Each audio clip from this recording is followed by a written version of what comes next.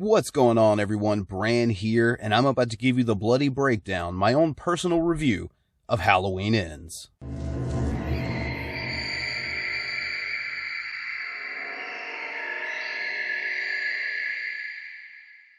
In this unexpected final chapter set 4 years after the events of last year's Halloween Kills, Laurie is living with her granddaughter Allison and finishing writing her memoir.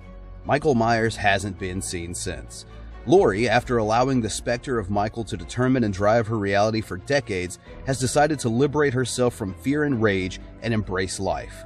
But when a young man, Corey Cunningham, is accused of killing a boy he's babysitting, it ignites a cascade of violence and terror that will force Laurie to finally confront the evil she can't control once and for all.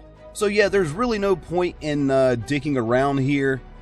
This is a very divisive film. I've heard a lot of people love this movie, a lot of people hate this movie. Let's go ahead, let's jump right in and talk about Halloween Ends from my perspective.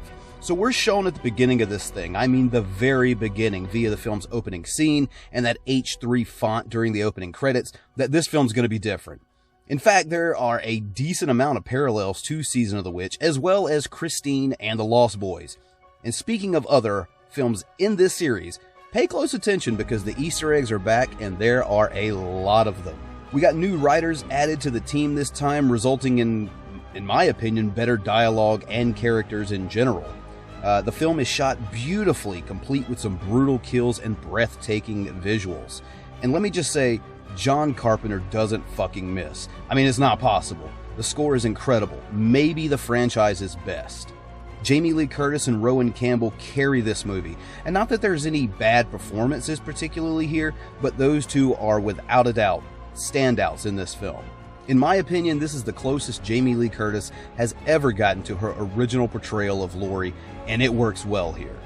The pace tends to move a bit faster when things seem like they maybe should slow down and breathe. For example, I would have liked to have seen more of Corey and Michael's relationship and maybe explore a bit more of the how and why. But hey, look, I get it. Some really interesting elements are introduced or even reintroduced between the two, but we never really see these things through to give us an answer. And as much as I would like to see that, it's literally never worked, and I feel like this is the better way to go. Speculation with no clear answers. We see a different side of Myers that we've never seen before, and I won't go into too much detail here, but I will say this. Some will understand the story and be fine with this. Others will look at this other side of Michael, as I've called it here, as an unforgivable sin. In my opinion, it really comes down to, are you more of a Halloween fan, or are you more of a Michael Myers fan? Now, whether you like the bold choices made in this movie or not, you can't deny the end. It's almost perfect for my money. Halloween is and will continue to be a divisive movie that is almost guaranteed to become a cult classic down the road. I feel like the blame here lies solely on marketing, as the film is promoted as something it's just not. So let me say this. Halloween Ends is not just about the final fight between Laurie and Michael. It's about so much more than that. And I really wish I could get into some of those things, but this is a spoiler-free review. But let me just say this. I find the movie and the overall trilogy pretty goddamn genius. It's a refreshing yet somewhat familiar take on the series and a satisfactory end to the Myers-Strode story.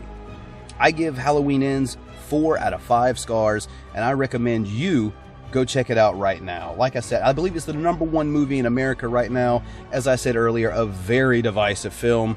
Some people love this thing, some people hate this thing. One of the big things I keep hearing people reference on the negative spectrum of this is that there's not enough Michael in this movie.